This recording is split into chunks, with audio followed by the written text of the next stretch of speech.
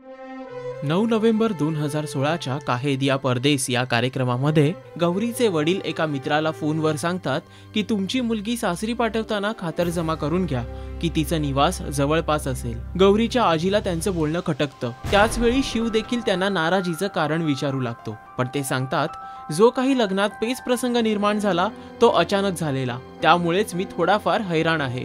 गौरी दोघांना काही वाद झालाय का हे विचारू लागते, मात्र तिचे वडील सांगतात तसे काहीच नाहीये।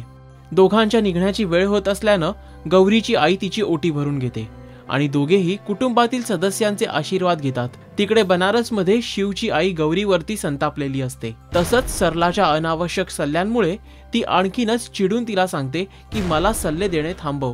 दुसऱ्या दिवशी सकाळी निशाची सासू म्हणजेच गौरीची आई तिला ठणकावून विचारू लागते की घर विकण्यामागचं नेमकं कारण काय होतं। आज तुझ्यामुळे आमच्यावर रस्त्यावर येण्याची पाळी आलीये, तू कशासाठी हे घर विकलंस? या सर्वांचं कारण विचारताच निशा ठामपणे खोटं बोलते की मी हे घर विकलं नाही। त्यावर तिची सासू म्हणजेच गौरीची आई तिचा हात धरून पोलीस स्टेशनला चल, तिथेच शहानिशा होईल असं बोलून दाखवते। मात्र निशा गडबडून गेल्यानं ती तिथे येण्यास नकार देते। गौरीच्या आईला कळून चुकतं की काहीतरी गडबड आहे, म्हणून ती तिला खेचत तिच्या आईकडे जाब विचारण्यासाठी नेते।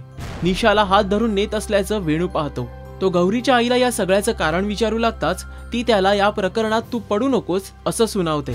वेणू जेव्हा आजीला निशाबद्दल विचारू लागतो त्यावेळी ती घडलेला प्रकार सांगते। तेव्हा वेणू बोलतो की गौरीनं तात्पुरते 5 लाख रुपये अप्पांकडे भरून हे घर वाचवण्याचा प्रयत्न केलाय। ज्यावेळी आजीला कळतं की गौरीला आणि शिवला घराबद्दल सर्व काही कळलंय त्यावेळी ती सुन्न होते।